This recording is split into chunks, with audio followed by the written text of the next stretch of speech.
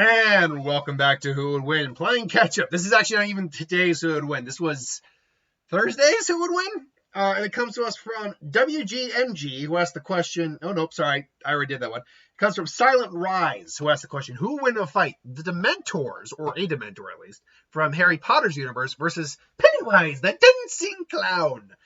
Look, I've done Pennywise so many goddamn times on this channel. And to the person who argued about Pennywise, I don't know if I can find that comment, but I'm not going to try. It's going to take too long. Someone not only got on my case, but everyone else's case about what is wrong with you? Pennywise is a multi-dimensional, older than universe. It's like, yeah, and he lost to a bunch of kids. And it's like, well, that's because of the ritual of Chaz. Like, no. He lost to a bunch of kids. It's like, but no, it's just, they didn't actually beat him. It's like, no, Pennywise lost because Pennywise isn't infallible. Just like any character isn't infallible, unless it's literally God. Pennywise is a being known as a glimmer. He exists. He's older than the universe. They are older than the universe itself. They exist basically in a macro universe, a macroverse, or a universe around our universe. Along with individuals like Maturin the Turtle, Scarlet, the Crimson King, I think it is called. He's at least equal. He's considered equal to Maturin, but he's not the strongest one in the Stephen King lore. Pennywise, obviously, as we know, is a being that loves to just cause fear, chaos, and consume. He's a being of consumption, of greed, of all those bad emotions you have inside of you. But a part of him landed in Derry, Maine, somehow, some way. Now, what we see is really more of just an extension of Pennywise, but Pennywise still, exists out beyond this to some degree. But his abilities are, if you ask what Pennywise's abilities are, the answer is technically yes. He can do kind of anything. His main abilities, though, seem to be shape-shifting, as we've seen multiple times. He is telekinetic and telepathic, as well as being able to distinctly pinpoint your fear and use it against you. And just cause fear. He goes stronger from this as well. As long as you are afraid of him, he is never going to stop, and his strength continues. He's capable of things like teleportation, certain levels of reality warping, being invisible, being intangible. He's got illusions. He is a very fearsome foe. He's physically, even though he is bound by the laws of the form he takes, he is physically still extremely tough. He can still take a massive amount of damage. For instance, when in the movie, anyway, just use that as an example, when they put the giant spike through his head, he crawled back, and so it hurt, but he crawled back away. Got shot in the head by Billy. He got beaten with a baseball bat. Then he gets hit with a take a serious beating, because to beat Pennywise is that it's not about what abilities you have, like Superman can punch him into oblivion. It doesn't really matter. That's not how you defeat Pennywise. You need to psychologically beat Pennywise. If you're a being who doesn't have fear, if you do not fear him, if you do not let your fear of him or the fear he can cause conquer you, you can overwhelm him. He is much weaker against someone who isn't afraid. And in a large group, that's how you usually are able to defeat him, is just bullying him, basically. Bully the bully.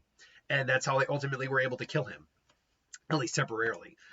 Because his true form isn't even really, we can't comprehend the true form of Pennywise. The Deadlights are said to be Pennywise's true form, but that's not even technically true.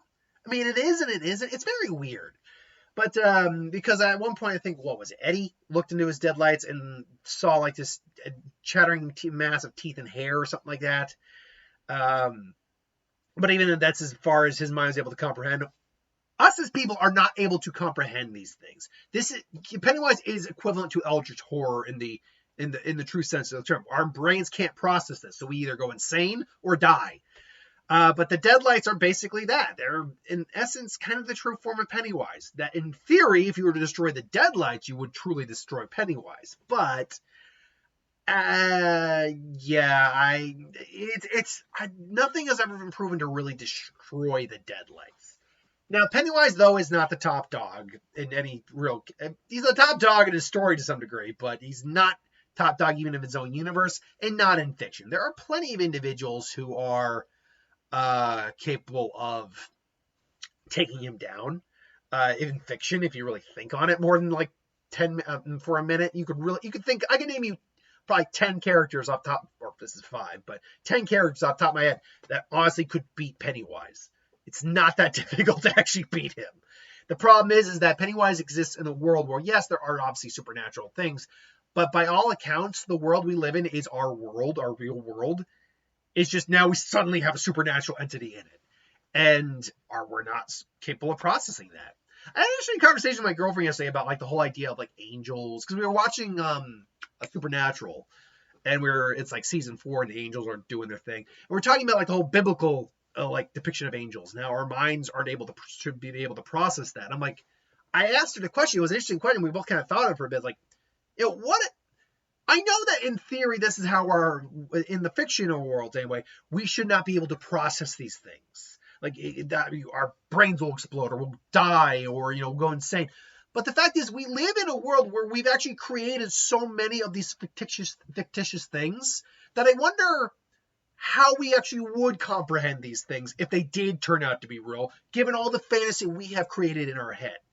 So it's kind of an interesting idea. Anyway, the Dementors are a wraith-like specter creature that basically grow where fungus grows, like rot grows.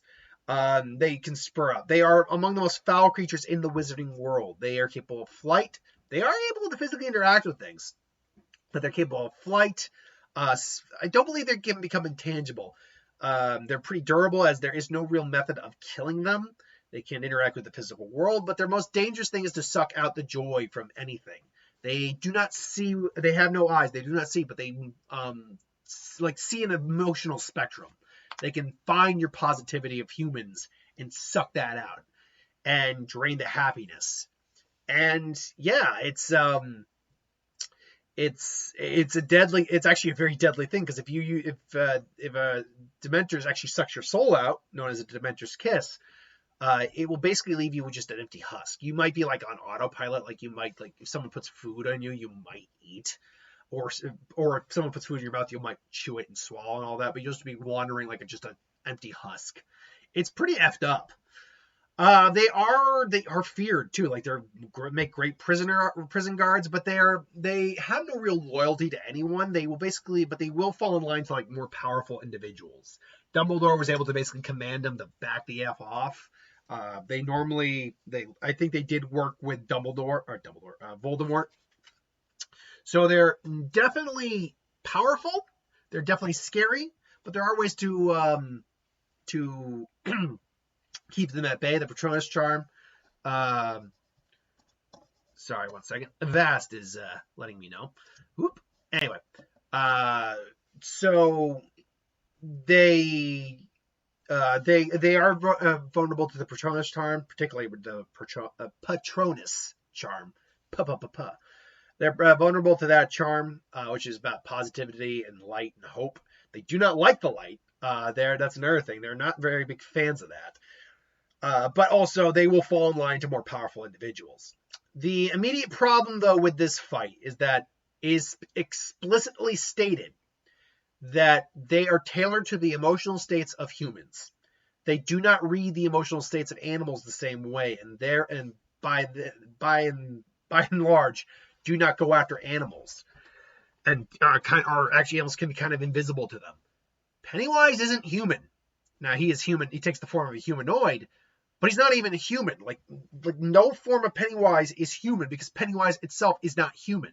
Pennywise is a being that is well beyond most magical creatures' abilities of power to many degrees in the Wizarding World. I'm not saying Pennywise would run shop in the Wizarding World, like a wreck shop. I'm not saying he was just bulldoze through it. But what I am saying is, this is not a being that most Harry Potter wizarding creatures would go up against. Like a dragon would probably be a little more than Pennywise would want to go up against. But as long as it's a simple-minded creature, Pennywise probably wouldn't have any trouble. A more intelligent creature would be a bit more difficult for Pennywise to do something against.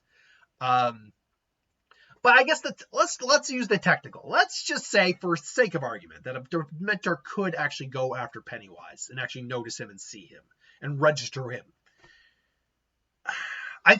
First off, would he even go after Pennywise? Yeah, because Pennywise does feel a lot of joy, gets a lot of malice and evil joy and shit like that from what he does. He loves causing it. He loves it. That's a lot of joy he gets.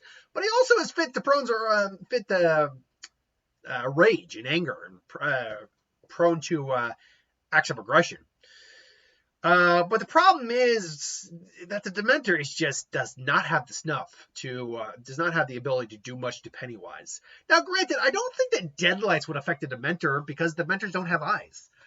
But the Dementor likewise does not have the ability to suck out the soul of an eldritch being. I mean, nothing has been demonstrated to say it has that level of power anyway. So the Dementor would go after Pennywise. Pennywise would be like confused, like, oh, isn't that funny? And then just bat it around. I could arguably see Pennywise being an individual who maybe figures out a way to kill a Dementor. Maybe just eats a Dementor and just, terrible, just terrible. Maybe he wouldn't, because, I don't think he'd want to eat that. He likes his friend. He likes the kitties. He does, because they're easier to scare, as he puts it. Like salting the meat. The fear, but he will eat adults too, like that in the book, in the second movie, as we see too, with the gay couple, and he takes a bite out of his armpit and all that. So look, a Dementor, even if it was a group of Dementors, first off, like I said, I don't think this fight could even happen because they wouldn't sense Pennywise. But even if they could sense Pennywise honestly could easily just overpower him and no longer feel. And as long as he's not feeling joy, they will just leave his ass alone. As soon as he gets too pissed off and angry, it's over. Like the Dementors just leave. So this is one of those non-fight fights. Like there's not a real chance this fight could even take place. And even if it did, it would basically end with Pennywise getting so pissed off that the Dementors leave him alone. Not because they're scared, but because they're like, where'd he go? Like that. So, yeah. So that's my thoughts, but what do you think? Let me know in the comments below. Until then, thanks for watching. Hope you enjoyed. Like, comment, share, subscribe, and I'll see you next time. Have a good one.